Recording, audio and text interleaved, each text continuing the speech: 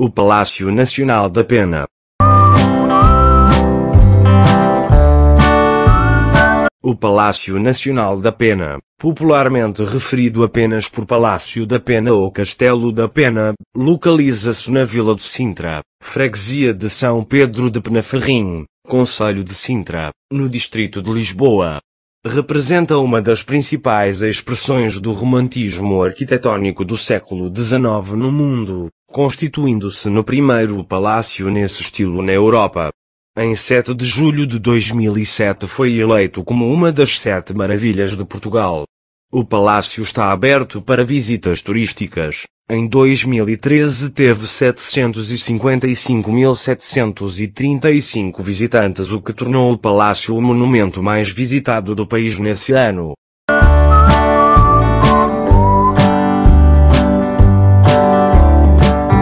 A primitiva ocupação do topo escarpado da Serra de Sintra, onde se localiza o atual palácio, ocorreu com a construção de uma pequena capela sob a invocação de Nossa Senhora da Pena, durante o reinado de Dom João II de Portugal. No século XVI, Dom Manuel I de Portugal, no cumprimento de uma promessa, ordenou a sua reconstrução de raiz. Doou-a à Ordem de São Jerónimo, determinando a construção de um convento de madeira, e substituindo-o, pouco mais tarde, por um edifício de cantaria, com acomodações para 18 monges.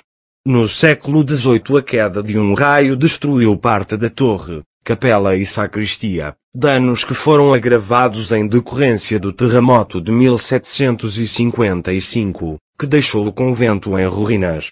Apenas a zona do altar-mor, na capela, com um retábulo em mármore e alabastro atribuído a Nicolau de Chantereune, permaneceu intacta. No século XIX, a paisagem da Serra de Sintra e as ruínas do antigo convento maravilharam o rei consorte Fernando II de Portugal. Em 1838, este decidiu adquirir o velho convento, a cerca envolvente, o castelo dos Mouros e quintas e matas circundantes.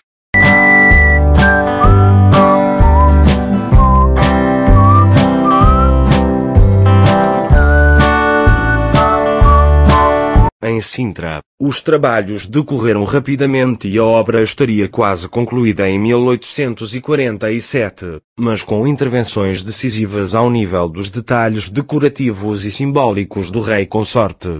Muitos dos detalhes, nos planos construtivo e decorativo, ficaram a dever-se ao temperamento romântico do próprio monarca que, a par de arcos ogivais, torres de sugestão medieval e elementos de inspiração árabe, desenhou e fez reproduzir, na fachada norte do palácio, uma imitação do capítulo do Convento de Cristo em Tomar.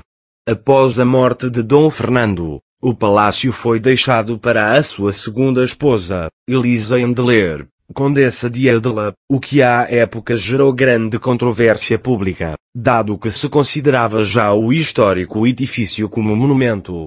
A viúva de Dom Fernando procurou então chegar a um acordo com o Estado português e recebeu uma proposta de compra por parte de Dom Luís I de Portugal, em 1889, em nome do Estado, que aceitou, reservando então para si apenas o chalé da Condessa, onde continuou a residir. Com essa aquisição, o palácio passou para o Património Nacional Português, integrando o património da Coroa.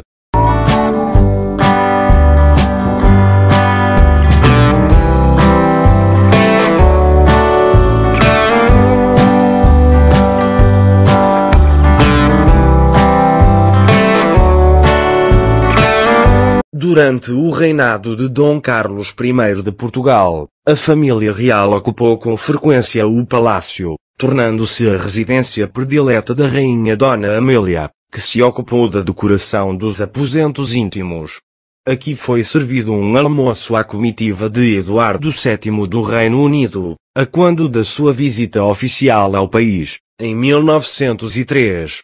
Após o regicídio, a rainha Dona Amélia retirou-se ainda mais para o Palácio da Pena, rodeada de amigas e dos seus cães de estimação. Aqui recebia a miúde a visita do filho, Dom Manuel II de Portugal, que nele tinha os seus aposentos reservados. quando rebentou a revolta de 4 de outubro, em 1910, Dona Amélia aguardou na pena o evoluir da situação, chegando com a sua comitiva a subir aos terraços para observar sinais dos combates em Lisboa.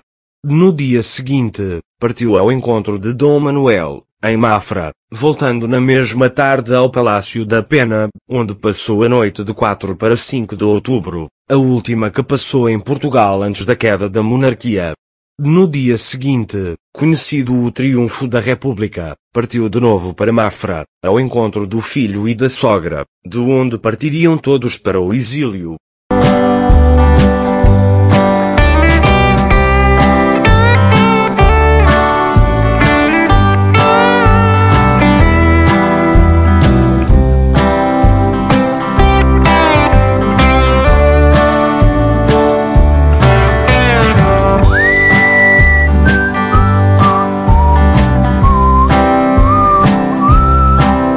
Com a implantação da República Portuguesa, o palácio foi convertido em museu, com a designação oficial de Palácio Nacional da Pena.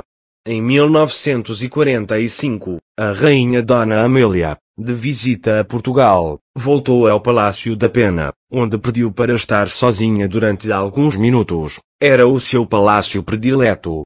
Durante a construção, apesar de se manter a estrutura básica, foram feitas alterações em quase todos os vãos, ao mesmo tempo que a pequena torre cilíndrica que se encostava à maior passou para a retaguarda do edifício. O arco do corpo, ladeado por 2 torres, recebeu uma profusa decoração em relevo a imitar corais. Sobre ela, uma janela, recebeu na sua base, também em relevo, uma figura de um ser híbrido, meio peixe, meio homem, saindo de uma concha com a cabeça coberta por cabelos que se transformam num tronco de videira cujos ramos são sustentados pela enigmática personagem, relembrando propositadamente o homem barbado da janela da sala do coro do convento de Cristo em Tomar, transformado aqui num ser monstruoso de caráter quase demoníaco. Este conjunto, conhecido por Pórtico do Tritão, foi projetado pelo próprio Dom Fernando, que o desenhou como um pórtico alegórico da criação do mundo, e parece condensar, em termos simbólicos, a teoria dos 4 elementos. Reforçando esta relação com Tomar, a janela existente no lado oposto deste corpo copia com alguma liberdade o célebre vão manuelino da autoria de Diogo de Arruda, achatando-a. Nicolau Pires foi a Tomar desenhá-la para o príncipe, que reformulou o conjunto,